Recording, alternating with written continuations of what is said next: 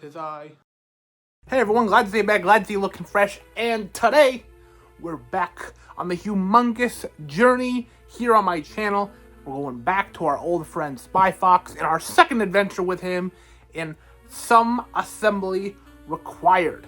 So, without further ado, roll the intro.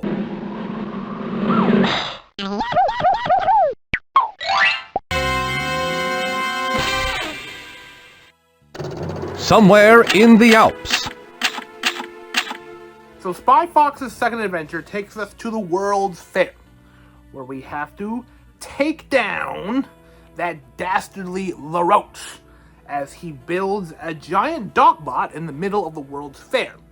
Now, ever since playing this game as a kid, I've always wondered why we don't have a World's Fair anymore. It seems like such a fun concept. All the world's countries coming together, showing off some cool new inventions, and just celebrating world culture. It's like a second Olympics that we can do every year. I don't know why we don't do it, but it's just always been an intriguing concept to me. But also, fun fact about this game, this was the last of the Humongous Entertainment games that I played as a kid. There was a couple putt-putts, if you remember way back when we started this series on my channel, that I mentioned that I didn't play till I was much older. And that's true, but as a kid, this was the last of them that I played, that I knew of, that I could get my hands on. This was it. This was the final step. For me, I played these wildly out of order, as you can see. But Spy Fox was always the hardest for me, and I've talked about this before as well. Difficulty-wise, Spy Fox is the hardest of the four franchises that Humongous Entertainment was known for. This one being no different. I remember struggling quite a bit on a couple of the puzzles. Even now, trying to remember how some of the puzzles worked, it was difficult.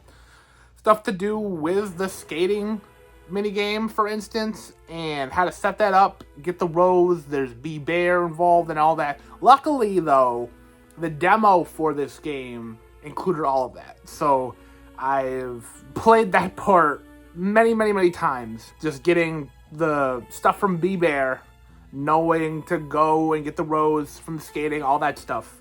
The rest of the game, though, is far less familiar to me because it was much later in my childhood than some others. Stuff like Doll and Lee, I always got a crack out of because it's Dolly. Welcome to You Clone It, where you get two for the price of one. Stereo sheep. I'm Doll, and I'm Lee. Hello, Dolly. The clone sheep. Very fun stuff there. There is a miniature world where Walter Wireless comes back into play, and we didn't get to talk about him in the first game because we had Boat Path and not Car Path. But if you played the first Spy Fox and had Car Path, you would have met Walter Wireless, so he's a fun returning character for this game. And of course, Quack and Monkey Penny come back, and for me, I had the British version of this game growing up. I had the big box version, which is on my shelf right now. I'll show you at the end when I show my face again. And I always thought it was pretty neat, because the rest of these, I didn't keep a lot of the jewel cases growing up. I had a big binder, I think a lot of kids did with certain consoles. A binder of CDs that I kept all my games in. So this is one of the only physicals that I held on to because it was a big box and it just sat alongside my other games on my shelf because it was exactly the same size as, say, a Wii case or a PS2 case. But seeming that it was not the American version, the voice acting was a little bit different. And Spy Fox sounded a lot more like James Bond than I was used to, but also I still didn't even know who James Bond really was yet, so it didn't really matter. But playing it now, on the Steam version, it sounded different to me. This is the only one, though, that I was used to the British voice actors, though. And so, this one seems weird, but for Dry Cereal and the one after this, they don't sound off. When playing through this, there was one part that bugged out for me. So if you are playing these along with me, the Steam version does have a weird bug in it. The part with finding out how to get into the Dogbot. there's a time you have to inspect, not voice, I keep wanting to say voice analyzer, this breath analyzer to see what food you need to eat to get your breath smelling the right way to get on the Dogbot, right? However, if you view it without the correct materials, you cannot make the cutscene run a second time. So you basically have to just quit the game, reload the game, and then it'll work again. But just a heads up, if you are playing and you find yourself at a point where you're like, am I missing something? Do I need to do something different? It's probably the game's fault. It's not your fault. Even though, like I said, some of the puzzles in this game can be a bit challenging if you're not, like, super equipped for it. I don't know. I wish there was another Spy Fox, because there's only 3. And I played all 3 as a kid, so I wish there was a 4th Spy Fox game that I didn't play to see if... Because I can say, like, these are tougher than the other ones. But are they legitimately so tough that me now would have a tough time with it? Or would I breeze through it like I do? But I don't know, because I feel like I have the previous knowledge to do so. But without the previous knowledge, I don't know if I would, or would I just connect the dots a lot easier? I have literally no idea. So take that difficulty thing with a grain of salt, I suppose.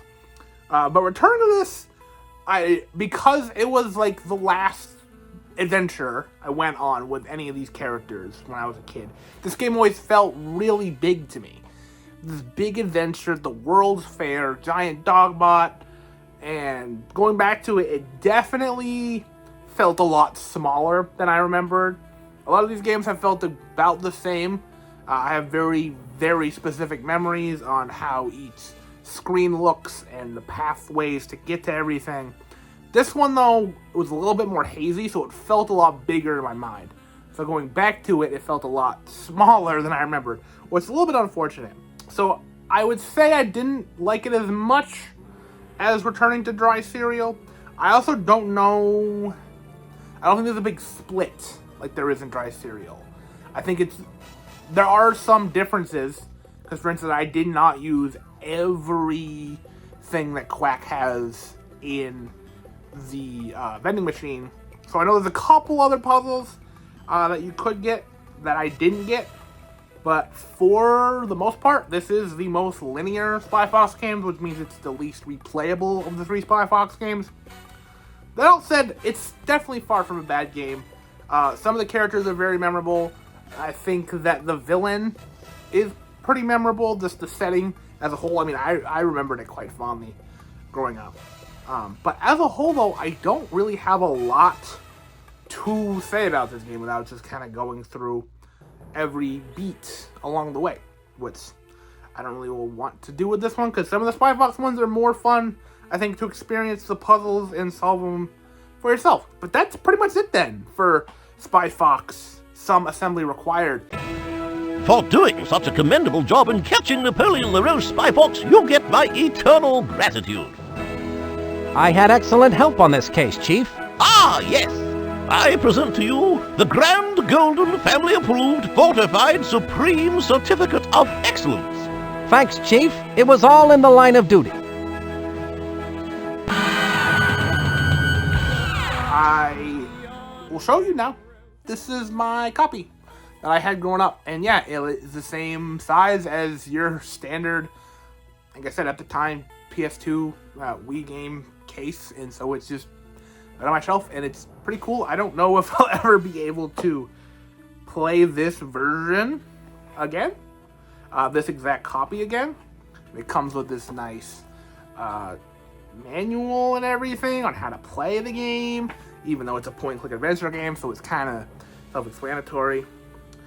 Maybe, one day, if I have just the extra funds, maybe I'll want to collect all the big box cases of all of these to go alongside this one, because like I said, as a kid I just had nothing but jewel cases, and a lot of those didn't survive.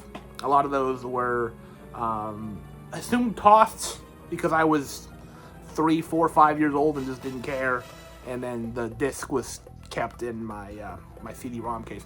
But other than that, have you played Spy Fox 2? Do you prefer it over Dry Cereal? I feel like most people don't. But if you do, let me know.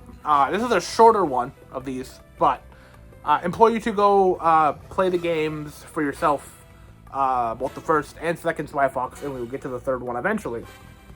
But yeah, I really like Spy Fox. This one, like I said, wasn't my favorite of them, but we'll see how it stacks up against all three of them. But anyways, thank you so very much for watching. As always, like this if you like this, subscribe if you haven't already, and I will see you at some point.